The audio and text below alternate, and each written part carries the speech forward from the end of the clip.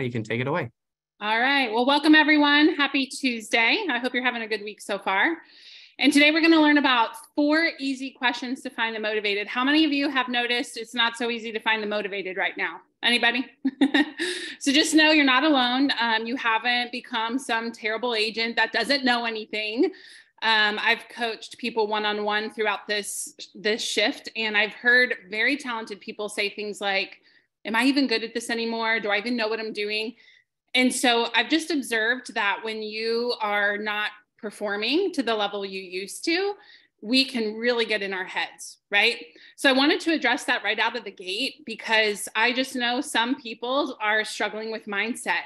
And the simple fact is right now you are needing to talk to more people to set an appointment. So if you feel like you're needing to talk to more people to set an appointment, just know you're not alone. It doesn't mean that you have become some totally unskilled person. Got it? So now that we've established that, let's go ahead and jump in today to what are the 4 easy questions to find the motivated. So the first thing I want to say, well, first make sure you're taking notes because you're going to want to have this later. The 4 questions I'm going to give you today, I would say have been a game changer in my career. And for those of you who don't know me, I used to be a high school teacher, said I would never ever do sales, got into sales and was struggling big time. And then through learning skills like what I'm going to teach you today, I ended up succeeding and in actually falling in love with sales. I truly see sales as it's our way to help the community. It's kind of like we're coaches, like real estate coaches, real estate consultants, real estate mentors. It's something that I would encourage you to write down is our job is to listen to people's stories and then strategize and educate to help them get what they want. And so when you're good at listening to people's stories and then strategizing and educating to help them get what they want, you are going to be successful. And we need some tools to do that, right? You can have the right mindset. You can know that you want to help people. But if we don't know what to say, we're still going to be hindered in truly helping people, right? Like if I want to be a surgeon, I still have to go to med school. At least I should hope so. So the heart, again, is my job is to listen to people's stories and then strategize and educate to help them get what they want. And today I'm going to give you some tools to help you do that. So the first thing I want you to write down, it's actually before the 4 questions I'm going to give you. The very first thing I want you to write down is that when you start a conversation with someone, no matter the lead source, whether they're expired, for sale by owner, a web lead, no matter where they came from, you really want to spend the first 3 minutes diving into their personal motivation. I had a client this week who actually bought a sand timer. I thought this was brilliant. Bought one of those sand timers that's 3 minutes long. And what he does is when he starts having a motivation conversation with someone, he will flip it. And he won't talk about anything else until he has spent 3 minutes asking questions like, what makes you want to move? What about that is important to you? Things like that, okay? Now today, I'm not going to spend this particular webinar on how to dig for motivation. If you've taken webinars with me before, you've probably heard me teach on that. How many of you have been in one of those webinars where we talk about how to dig for motivation? Awesome, so good to see many of you back here today. But today we're gonna more talk about what do you do right after those motivation questions. So you spent 3 minutes, you've been asking what makes you wanna move? Why is that important to you? How will that impact you? Things like that.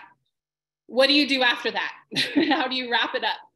Also, how do you make sure that you're not mishearing? How many of you have ever talked with someone and in your mind, they were a level 10 motivation, but then they just didn't show up for the appointment? Or they showed up for the appointment and you found out, oh, I'm not looking to do this for like a year. But on the phone, you perceived that they were like a level 10. So here are the 4 easy questions to help you figure out really where is this person in their mindset and what do they need from you to move forward. So the first question, and I'll say it a couple times so you can write it down. After you've spent the 3 minutes on motivation, you are going to say, number 1, on a scale of 0 to 10, how motivated are you to, and then fill in that motivation that they just told you. So again, it's on a scale of 0 to 10, how motivated are you to, and then fill in motivation. So an example could be on a scale of 0 to 10, how motivated are you to downsize so that you can move near the beach and travel? Okay. Or on a scale of 0 to 10, how motivated are you to sell your parents' home so that you don't have to deal with being a landlord and holding 2 mortgages? Things like that. What I find by doing 0 to 10 versus 1 to 10, anybody have a guess Why we do 0 to 10 versus 1 to 10? So they can have a 0. They could have a 0. That is one reason. They're not motivated at all. They're not motivated at all. Yes. Or so that they know, like maybe so they know other people do have zeros sometimes and it's okay to just be honest about it. Yeah, like I'm setting it up that you can just be very transparent with me. I'm giving you the option to say not at all, right? Like you can say 0. The other thing is it's efficient. So have you ever been somewhere and they're like, on a scale of 1 to 10, 1 being low and 10 being high, where are you? There's not anything wrong with that. However, do we have any high Ds on this call where you're high D, if you don't know DISC, that's like the driver, you're fast paced. The 0 to 10 saves you from saying 1 is low and 10 is high. So if you just say on a scale of 0 to 10, how motivated are you to move? They intrinsically, I can't say that word, intrinsically, I can't talk today. They're going to know that 0 is low and 10 is high. Okay. All right. One thing I do want to say is don't judge their number. Don't judge their number. What do I mean by that? Someone tell me. Or what do you think I mean by that? Attitude about it. If they're low, you're like, really? Mm-hmm. You don't want to respond. And that's not even what I was thinking. And that's a really good point that I'm glad you brought up. You don't want to respond in such a way that they feel bad for their number, whatever they picked. Or if they say I'm a 10 and in your heart, you're like, really? Because maybe you're thinking they don't sound all that super motivated. Are they just stringing me along? What I mean when I say don't judge their number, I'll just tell you just for time's sake, is I used to think if someone said anything below a 5, this was just not going anywhere at all. And what I've learned is sometimes people will say a 4, and then later you find out all that they need to do is get some information. And if the information lined up, they would be a 10. But just their personality, they put themselves at a 4. Or you'll hear other people say, I had someone who was a 2 one time who ended up moving.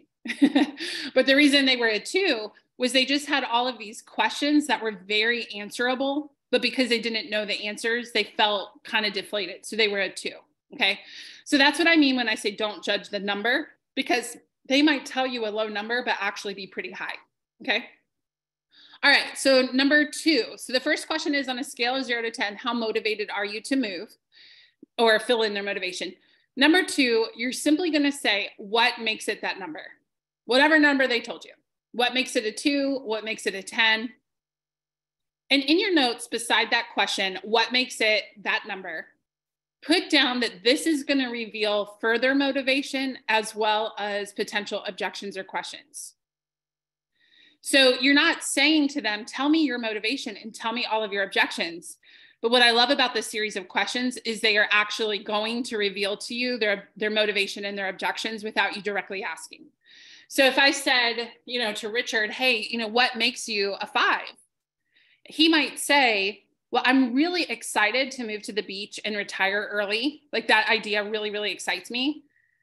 The reason I'm not a 10 is I don't know how much equity I have in my house. So I just don't know if the numbers match for me to retire early. Like I need at least 300,000 equity to be able to retire early. So just, I just don't know. So by asking what makes it that number, I'm finding out he really, really wants to move, motivation, and I'm getting his questions and objections. Also in your notes, write down, don't solve whatever they're telling you right now. The temptation is going to be if Richard says, well, I just don't know if I have enough equity to actually retire. It's going to be very tempting to say, well, how much equity do you need? And how much do you owe in your house? And how much did you buy it for? You're going to do that, but just not yet. Okay. So just hang tight. So number 1, on a scale 0 to 10, how motivated are you to fill in the motivation? Number 2, what makes it that number? Number 3, what would need to happen for it to be a 10? What would need to happen for it to be a 10? And if they told you a 10 out of the gate, you can say what would need to happen to stay a 10? To stay a 10. In my experience, most people who say a 10, they still have concerns and objections. They're just their personality. They're so excited they said 10. But in reality, they still have some questions. So what would need to happen to stay a 10? Are y'all tracking with me so far? Okay, good. So usually when you say what would need to happen for you to be a 10, basically what you're saying is, how can I fix this so you'll move forward? But we're not wording it that way. So it's essentially, what do you need from me to be comfortable moving forward? That's essentially what you're saying. So what would need to happen for you to be a 10? Part of what I love about this is, let's say I'm talking to Emily and she says, well, you'd have to get my bankruptcy to disappear off of my record. Well, as much as I would love to be able to do that, that is not something I can do, right? So unless she has some relative or friend willing to give her a whole bunch of money or foot a loan for her, we're probably not going to be able to move forward. Wouldn't you rather find that out now before the appointment, right? What would need to happen for you to be a 10? Maybe I'm talking to Jackie, and maybe Jackie says, man, I just got to get my husband on board. I'm ready to do this tomorrow. But my husband, every time we talk about it, he's a little iffy. So I just got to get him on board. So do you see the intel that you can get as you ask what would need to happen for you to be a 10? Again, don't solve it just yet. You're basically gathering info. Think of it like you're writing everything down, but you're not actually solving anything just yet. And then the fourth and final question, and I'll repeat these again before we're done today, but the fourth and final question is, so if I did blank, whatever they just said, you would be a 10? And it's kind of like your double check. So if I said, so Jackie, I think what you're saying is if your husband was on board, you would be a 10. You would be ready to move tomorrow. Is that right? Yes. Yeah, that's totally right. Okay, great. So it's kind of like I'm just making sure that that really is the only thing holding her back. In my experience of doing this, sometimes I'll say, you know, hey, Jackie, if we got that husband on board, would you be a 10? Yes. And we would need to know we have at least 200,000 in equity. Okay, there's actually two things. Got it? So essentially, I'm getting my marching orders. That's essentially what's happening here. And I'm telling you, this will save you so much time. My first year in real estate, I sold 85 houses. And part of how we did that was we didn't meet with people that didn't make sense. If you meet with a lot of people that don't make sense, you don't have time to sell 85 houses, right? And I was on a team. That wasn't like me as a solo agent out selling 85 houses. But I sold 85 houses in a town where I didn't really know anyone when I got started. And I think a big part of that was learning how to really, really screen people to know who should I be sitting in front of and who should we not be sitting in front of, because that's going to waste their time. It's going to waste our time. It's setting them up to be disappointed. And it's going to take a hit to my confidence. You know, if I sit down in front of 6 people and I discover all 6 of these people are not ready, what does that do to how you're feeling about yourself? Right? Like if you're not careful, you can start to just kind of tank a little bit. So this really helps you just make sure that you're staying on, you know, in what makes sense. You're putting stuff in the calendar that should be there, and you know what people need so that you can properly prepare for that appointment. So again, the 4 questions on a scale of 0 to 10, how motivated are you to, and again, I wouldn't say the word move. Most people don't like to move. If you said, how soon do you want to move? I'm like, never. But if you said, how soon do you want a bigger house? Well, you know, I'd like that tomorrow. Okay. So on a scale of 0 to 10, how motivated are you to, and then fill in whatever you found out during the 3 minutes of digging for motivation. Number 2, what makes it that number? Number 3, what would need to happen for you to be a 10 or stay a 10? And then number 4, so if I did blank, you would be a 10? Okay, awesome. And then there's a 5th element. It's not one of the questions, but write this down as a good transition statement. Your transition statement is, well, great. Let's see what we need to do to make that happen. Let's see what we need to do to make that happen. Or you could word it, let's see what we need to do to move you forward, whichever one of those 2 that you like. But have you ever had people, when you're pre-qualifying them, they get a little snarky with you, like, why are you asking me all these questions? Why do you need to know my finances? Why do you need to know all this stuff? I just found if I set it up as, okay, great, let's see what we need to do to help you move forward. Then when I would go into, I have some questions for you, you know, how much do you owe in your house? When did you buy it? You know, what do you owe on your mortgage? Who were all the decision makers? I just found that they were a lot more receptive to that if I said the sentence, okay, great, let's see what we need to do.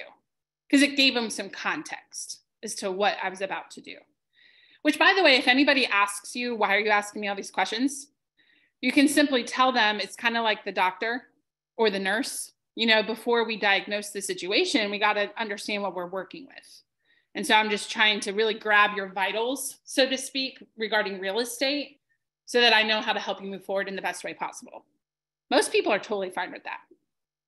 Because don't we all go to the doctor and it's the first time you've ever seen this doctor in your life, and you tell them your weight, you let them take your blood pressure, and you tell them about some weird thing going on with you, and you don't feel weird about it because they're the doctor. Like, it makes sense. In that context, it makes sense.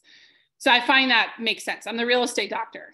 I'm asking you questions to kind of grab your vitals so that I know how to help you move forward. That just works really well.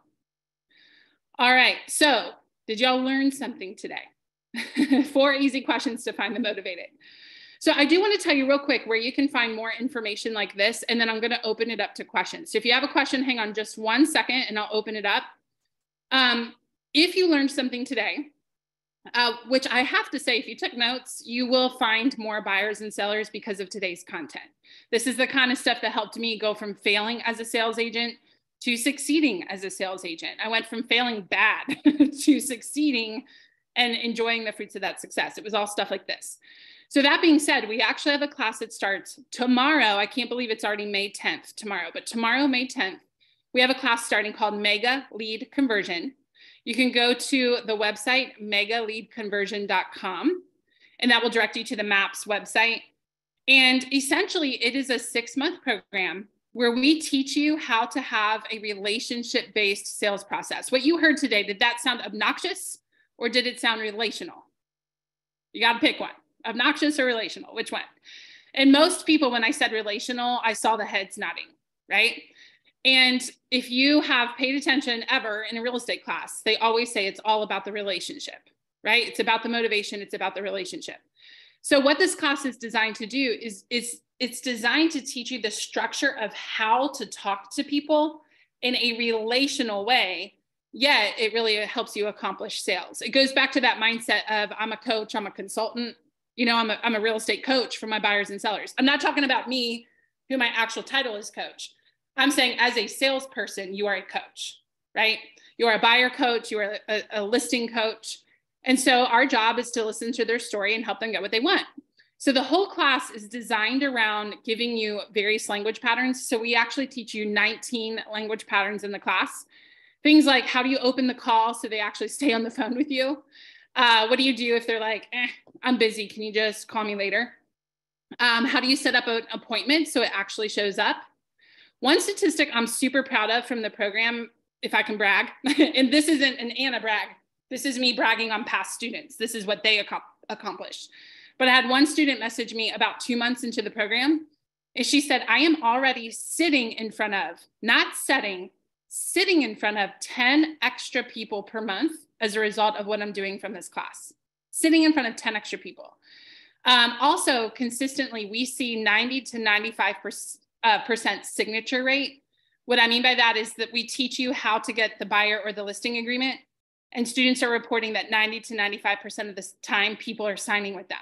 How many of you would like to have 90 to 95% of your appointments hire you? Okay, we teach you how to do that in this class. So, I'm not going to use, the last 10 minutes to tell you every detail of the class. That would be kind of annoying, right? However, if you have questions, I'm happy to answer them. But if you just go to megaleadconversion.com, you can see I have about a 3-minute video on there. And I also have a bunch of bullet points of what the class is. And you can see all the information and how to sign up. It's $199 a month for 6 months. One closing should get you 6 to 8 times ROI, depending on your commission, depending where you live. And the question everybody's asking, because it's summer, yes, every class is recorded. So if you're on vacation, we record everything so you can catch it when you get back. Okay, megaleadconversion.com. So I'm going to go ahead and check the chat box. If you have any questions, throw it in the chat box, or you can unmute yourself. And I will do my best to get through all the questions in the last 10 minutes. So what other questions do you guys have? I have a question regarding on a scale of 0 to 10. Sure. The first question, when we use on a scale of 0 to 10, how motivated are you to have a bigger house or move? Mm-hmm. Do we bring it back to, let's say they don't follow through on what they promised to do on their end as buyer due diligence? Do we bring it back to, hey, you told me you were motivated. at an 8 or a 10 or whatever that case may be, do we always bring that back? You can absolutely bring it back. So that's actually one of the classes of the program, Jesse, is we talk about how do you call someone out nicely. Okay. And Okay. a big part of that is reminding them of what they said. So you got to make sure, I always try to smile when I say it, even if I don't feel smiley. Usually I'm a little annoyed, right? Let's be a little honest. If you have someone who keeps not showing up or something, it's easy to feel a little annoyed at that. Definitely make sure you smile. So Jesse, I like to just smile and like, hey, I know you said that you were really excited to move closer to the beach. In fact, you said you were level 10 out of 10. And then you can continue from there. What if it's like a 5 or whatever? Do we still bring it back to that, or how does that work? You would bring it back to the whole conversation. I know you said you were level 5, and it's whatever it revealed, right? Like when you said what makes it that number, what would need to happen for it to be a 10. So if they said they were a 5 and I just need to find a house that I love close to work, I'd be a 10. Okay. Then that would be, so I might say, hey, Jesse, I know when we talked a couple weeks ago, you said you were a level 5 interest, and all that it would take to be a level 10 was to find a house you love close to work. It seems that we have found that, talk to me about what's going on there. Okay. I like that. Yeah. But part of why, and this is a little bit, in fact, this is a lot of what we talk about in the actual class, but part of why you get motivation first is for those conversations. Okay. A lot of people have the philosophy, set the appointment and then go back and get motivation. And in my mind, that's backwards, because some people that will work for, but you might miss. Have you ever heard that phrase, you're losing so slowly that you think you're winning? Yeah. I think of that because if you set the appointment and then get motivation, that might work 5 times in a month and that could feel really good. But what if you could have set 10 and you just don't know it because your methodology, right? So when you get motivation first, it tends to raise their interest. In fact, I'm going to do it to y'all right now. All of you are on this call, right? So there's some reason that you're motivated to be here. I can assume that a lot of you are motivated. And if I just asked you right now, and you can put it in the chat box, what is motivating you guys to work on your skill in real estate? Like what will more closings do for you in real estate? Make more money. Make more money. What will more money do for you? Freedom. Freedom to do what? Freedom to do more stuff with me and my wife and family. Like what kind of stuff? Travel the world. Okay. So Jesse, if you were like, thanks for the webinar, I'm not practicing. If I was like, Jesse, would you like to practice or would you like to travel the world with your wife and kids? Travel the world with my wife and kids. Right. And by the way, thanks for doing that. That was totally unprompted. But do you see the point? If I just jump in, I'm like, hey, Jesse, I've never talked to you, start over, blank screen. Hey, Jesse, nice to meet you. Why don't we practice? Right. Boring. Hey, Jesse, I know you really want to travel the world with your wife and kids. Isn't it worth practicing this skill for 10 minutes a day so that you can travel the world with your wife and kids because you're financially free? 100%. Yeah. And so I think a lot of times when we don't get motivation first, we're operating like, hey, Jesse, let's practice. I've never met you. Let's just practice. Right. And that most people don't want to move. Moving is a headache. It's a terrible headache. I've joked because I'm unmarried and I've joked around that I hope I marry somebody that has like a sack. Like they just have a little, like I picture the pole. Do you remember those cartoons where there was the pole and there was like a little tied bandana on it and that was all their belongings? I'm like, I need that person because I'm not moving. It's a joke of mine. Most people hate to move. And so when we jump into all of the technical things, that's what a lot of people do. And then we wonder why we're not hitting our numbers. We've got to start with motivation. And I think y'all could tell by that little example, right? Great. Thank you, Anna. Yeah. Can y'all picture the cartoon I'm talking about? Like the little stick and it's like a little red and white. Yeah. You know what I'm talking about. Yeah. Okay. I saw a question. Can you go through the questions again? So sure thing. I'll do it quick, but also we will send you a copy of this recording. So on a scale of 0 to 10, how motivated are you to motivation, whatever it was? Number 2, what makes it that number? Number 3, what would need to happen for it to be a 10? And number 4, so if I did blank, whatever they just said, if I found you a house close to work, you would be a 10? Okay, great. Let's see what we need to do to make that happen. Or let's see what we need to do to move you forward. Okay, what other questions? Oh, it's megaleadconversion.com. I might have answered that already, but megaleadconversion.com. Again, we start tomorrow. May 10th. It is recorded. Okay. The one about the doctor.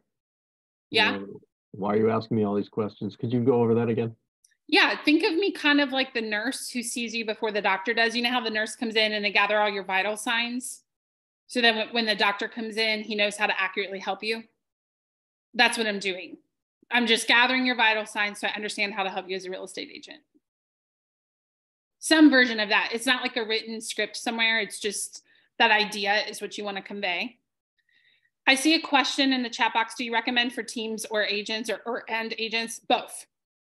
So if I'm setting for myself, because I used to set for myself, I would say, right now I kind of have on my notes app. Hey, let's make sure we're muted. I'm not sure. Okay, I think we got it. If I just lost my train of thought. Oh, if I'm setting for myself, I'll say right now, think of me kind of like in nurse mode where I'm just gathering all your info. Because before our meeting, I'm going to do a good bit of research to make our meeting time efficient. So I'm going to be preparing before our meeting to make it a really good meeting for us. And they love that, by the way. They're like, okay, you'll meet people, not 100%, but a lot of people will be very appreciative. Okay. And if I'm doing this for someone on a team, what I like to do is build up the agent. So let's say I'm setting an appointment for Anne and I'm her inside sales agent or just another agent on the team. And I realize, oh, this is a listing. I'm a buyer agent, but I'm going to set it up for Anne, our listing agent. I would say, hey, let me gather some info for you. Anne is ultimately the one you're going to work with. And she is amazing. You are going to love working with her. Like she is the best with listings around. If I was selling my house, she's the one I'd want to work with. Let me ask you some questions because she's going to do some preparation before that appointment to get ready. And it works great. Again, if you have people get a little, rude sometimes, it's okay. That we're not looking for this to work on 100% of people all the time. If everyone likes you all the time, you're not helping very many people, right? Like you're going to have people sometimes who push back or whatever, but most of the time this works great. I have a quick question. The number 4 one where it's like, so what you're saying, if I did blah, blah, blah, what was it? You'd be a 10. Is that more like a statement or is that really, are you really supposed to ask the question so they're saying yes and agree? Or could it be just like, so what you're saying is blah, blah, blah would make you a 10, period. Or are you questioning? I think you might be overthinking it a little bit because both ways you just said it is fine. If you ask it like a question, it's fine. And if you ask it like a statement, it's fine. It's just the double check. So basically it's like, Tara, I think I'm hearing you say you're currently a level 6, but if we could find out that you have 150,000 in equity and you could avoid PMI on your next house, you would be a 10? Mm-hmm. Okay, cool. And then you go from there. Thank you. You're welcome. That's a good question. Thank you for asking that. I see some questions coming in about class. So let me answer that. The class essentially meets 3 times a month. And when you go to sign up, when you hit the register button, you're not automatically registered. It'll pull up the contract. And on the contract, we have every date. So you can take a look. But essentially, it's usually the first 3 Wednesdays of a month. Then we take a week off. Meet 3 Wednesdays, take a week off. That's the usual flow. And we do that so that if you're out for a week, you're not falling behind. There's always at least a week buffer. And then it also allows for things like we have Mega Camp in August. How many of you are going to Mega Camp, right? So it allows for that to happen and we're not falling massively behind. So what you can do is when you go to register, take a look at the contract and it'll show you all of the dates. And then, yes, I see the question, can we take the class at our own schedule? I love when you're able to join live. If you can't tell, I'm an extrovert. Could anybody tell? So I love seeing your faces. I love when your screen is on and we can interact. And I understand that that's not going to happen every week. So if you have some weird schedule or every Wednesday I have a thing at that time, that's why we record. So I have some people who they say, I watch your recording, but it's every Friday morning. That's part of my Friday routine. I start my day with the 1-hour webinar. So I watch it every week, but I'm never there. I get emails like that all the time. Or, hey, Anna, just want to let you know I'm in bold this week. So you won't see me in class, but I'm here. That's totally fine. That's why we do that. So again, go to megaleadconversion.com. We already have over 70 people signed up, which by the way, it doesn't feel overwhelming like that with tons and tons of people. We had over 100 some on this class. And if you notice, it wasn't chaotic because of the mute button, right? And what I love about it too is in session 1, we do a partner sign-up sheet. I don't partner you with people. You can pick your own partner. But wouldn't it make sense to practice with people trained to the same way you are? You know, if you go practice this with someone who wasn't in training today, they might be like, yeah, Jesse, that sounds great. And you could have jacked up the first 2 steps and they don't have a clue because they weren't in the class. So day 1, we have a sign-up sheet where you can voluntarily put down your name, your number, your email address, what time zone you're in, and then how often would you like to practice with somebody? And everyone in the class who signs up can look at that sheet and pick a partner. So I've had people tell me, oh yeah, I found someone local, we get coffee. Or I have people like, oh, Mega Camp's coming, I can't wait to see you. So my goal of the class is to make you feel connected to a community, because it can get lonely, right? Especially those of you that are single agents, it can be lonely out there. And I want you to have a community. So that's one of my big goals of the class, is a community. And then of course, again, you can watch the recording. Any other questions or thoughts before we close out? We're at time, so if you need to go, that's totally fine, but there's still 80 people on here. So if you have a question, I can hang on for a couple extra seconds here. Cool. Looks like we're good. I just have one question. So I guess, you know, when they say something like, they don't know how much equity or whatever, their objection or whatever, I guess we don't answer it on the spot, like you said, but just say, hey, we'll get back to that. But if if we fix this, right, then will that make it a 10? So you hold back in essence because you want them to say that's the only thing to get them motivated to be a 10 or whatever, correct? Yeah, Jesse, I feel like you're setting up class so well. We talk about that in class too, that you're asking such excellent, phenomenal questions. And yeah, I think of it this way. There are 4 parts of a conversation, which I'm not going to teach now because we're way over time. But there are 4 parts of a conversation.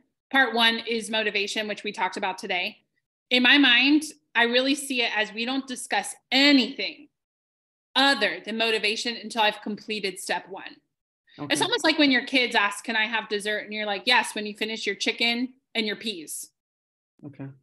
And you all know how to not get ahead because you do it with your kids. So I don't want to hear, oh, I jumped ahead. No, you know how to not do it because you don't let your kids eat dessert till they eat their vegetables. I know it, right? And so it's that idea. So to your point, Jesse, if someone says something and I'm tempted to dive in, or they just ask me a direct question, how much equity do you think I have? I'd be a 10 if I had 300,000. Do you think I do? Jesse, that's a great question. We're going to get to that in just a second. Let me write that down.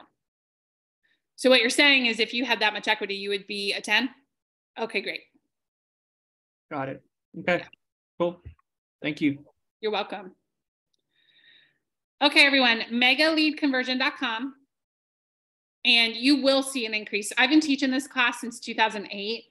It's got a lot of data from the class. And then specifically in real estate, I've been teaching it since 2015. This class, it's full every time we run it. It is changing people's lives.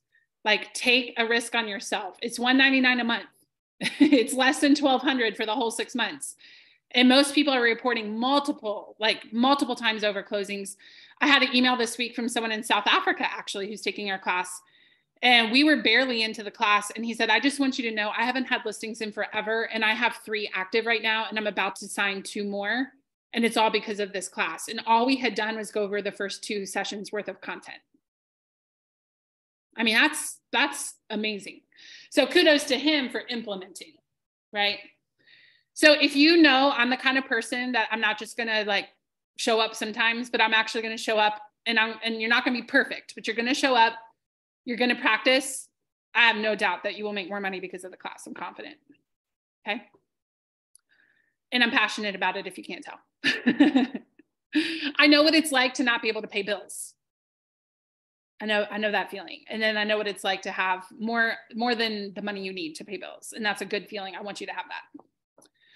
All right, guys. Well, we are well over time and I want to respect that. So I trust I'll see you tomorrow, megaleadconversion.com. Again, there's a video there with more information. There's a bunch of information on that page, megaleadconversion.com. And then the contract will have all the dates, all of everything you need. Once you sign up, you'll get an automatic email inviting you to the client portal. Automatic. So if you don't see it, check your spam folder. It will come to you immediately upon sign up. Cool. Any other questions?